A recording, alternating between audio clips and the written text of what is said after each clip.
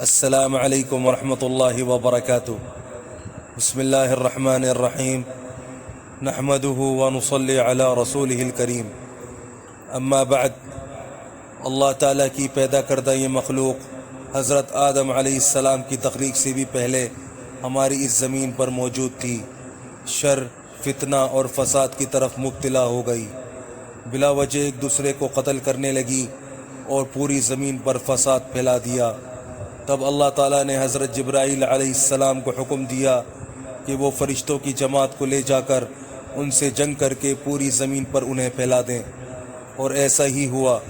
جنات نے فرشتوں کا مقابلہ کیا لیکن انہیں بدترین شکست ہوئی، جس کے بعد یہ تمام جنات ویران جگہوں مثلاً پہاڑی علاقوں، سمندری علاقوں اور ویران جزیرے میں قید کر دیے گئے، جہاں یہ جنات حضرت سلیمان علیہ السلام کے دور تک قید رہے، اور اس کے بعد انہیں حضرت سلیمان علیہ السلام کے دور میں ہی دوبارہ آزاد کر دیا گیا۔ جو جنات اپنی اصل شکل میں رہتے ہیں ان کو جینی کہتے ہیں، اور جو جنات انسان کے ساتھ رہتے ہیں انہیں عامر کہتے ہیں، جبکہ جو جنات بچوں اور بڑوں کو تکلیف پہنچاتے ہیں انہیں ارواح کہتے ہیں، جبکہ برے اور خبیث جنات کو شیطان کہتے ہیں، جو کہ صرف ناپاک اور گندی جگہوں پر رہنا پسند کرتے ہیں، اس لیے انہیں خبیث بھی کہتے ہیں۔ یہ انسانوں کے بیت الخلاء، کوڑا کرکٹ کی جگہوں پر، شراب خانوں پر اور یہاں تک کہ ہر گناہ کرنے کی جگہ پر موجود ہوتے ہیں۔ یہی وجہ ہے کہ جب انسان کو غصہ آتا ہے تو وہ انسان کے اندر سرایت کر جاتے ہیں، اور غصے کے اندر انسانوں سے ہر وہ غلط کام کرواتے ہیں جس کے بعد ان کو افسوس اور پچھتاوے کے سوا کچھ حاصل نہیں ہوتا۔ اس کے علاوہ یہ قبرستان اور ویران جگہوں پر پائے جاتے ہیں۔ یہ جنات بہت ہی بدصورت اور ڈراؤنی شکل کے ہوتے ہیں، جن کے سر کو قرآن پاک میں جہنم کی تہہ میں اگنے والے ایک درخت کے پھل سے تشبیہ دی گئی ہے۔ اور ایک اور اہم بات آپ لوگوں کو بتاتا چلوں کہ نیک جنات اور کافر جنات کی رہنے کی جگہ الگ الگ ہوتی ہیں۔ نیک جنات پہاڑوں کی چوٹیوں پر رہنا پسند کرتے ہیں، جبکہ کافر جنات غیر آباد اور بیابان جگہوں پر رہنا پسند کرتے ہیں، جس کا حوالہ ہمیں حدیث مبارکہ سے ملتا ہے کہ ایک مرتبہ حضور صلی اللہ علیہ وسلم صحابہ کرام کے ساتھ ایک سفر پر روانہ ہوئے۔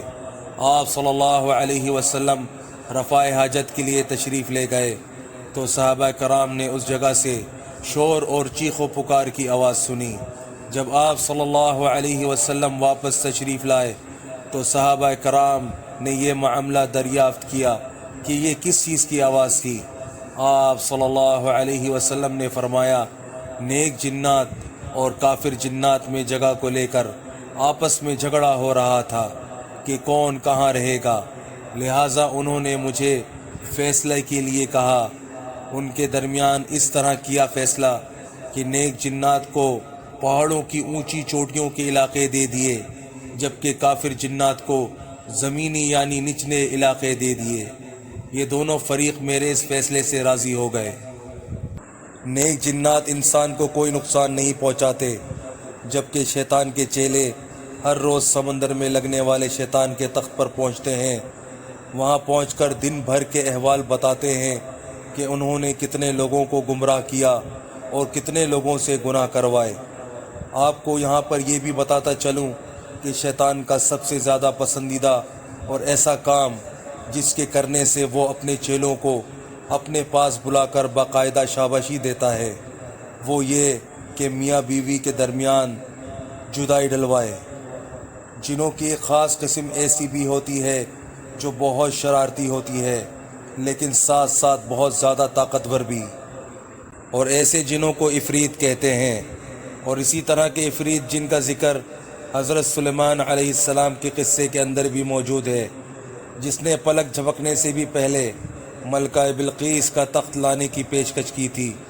اور یہی طاقتور جنات حضرت سلیمان علیہ السلام کے دور میں بڑی بڑی تعمیرات بھی کرتے تھے، جو کہ آج بھی موجود ہیں۔ جنات کی بھی اپنی خاصیت کے اعتبار سے بہت سی قسمیں ہیں۔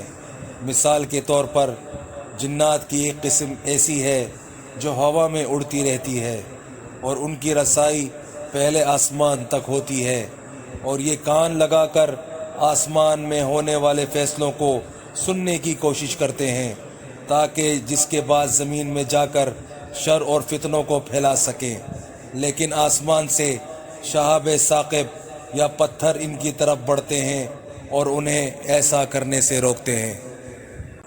ایک وقت ایسا تھا کہ تمام جنات پر تمام آسمانی راستے یعنی پہلے آسمان کے دروازے بھی بند کر دیے جاتے تھے، اور وہ وقت تھا جب حضور صلی اللہ علیہ وسلم پر وحی نازل ہوا کرتی تھی، جبکہ جنوں کی دوسری قسم یعنی کتے، سانپ، بلی اور اسی طرح کے دوسرے جانوروں کی شکل میں زمین پر موجود رہتی ہے، جبکہ تیسری قسم کسی ایک جگہ پر قیام کرتی ہے جنہیں بھوت پریت بھی کہتے ہیں۔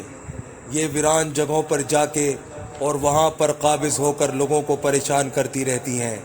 انسان اپنی دنیاوی آنکھوں سے کبھی جنات کو نہیں دیکھ سکتے جب تک جنات کسی جانور مثلاً کتے، بلی یا کسی اور جانور کی شکل میں انسانوں کے سامنے نہ آ جائے، لیکن کچھ جانور ایسے بھی ہیں جو جنات کو اپنی آنکھوں سے دیکھ سکتے ہیں، مثلاً کتے اور گدھے وغیرہ، کیونکہ دنیا میں رہتے ہوئے انسان کو دیکھنے کی حد مخصوص دی گئی ہے، اور جو انسان کو دکھائی نہیں دیتا اس کا یہ مطلب نہیں کہ وہ دنیا میں وجود نہیں رکھتی۔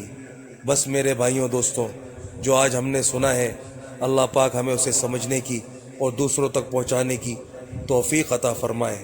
السلام علیکم ورحمۃ اللہ وبرکاتہ۔